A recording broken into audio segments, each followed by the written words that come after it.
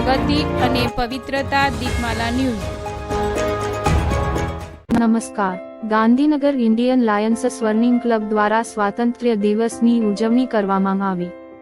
ગાંધીનગરમાં Indian Lions સ્વર્ણિમ ક્લબના president Sarojben દ્વારા તિરંગો ફરકાવી સલામી આપી જનમનગણ ગીત ગાઈને 78માં સ્વાતંત્ર્ય દિનની ઉજવણી કરવામાં આવી હતી।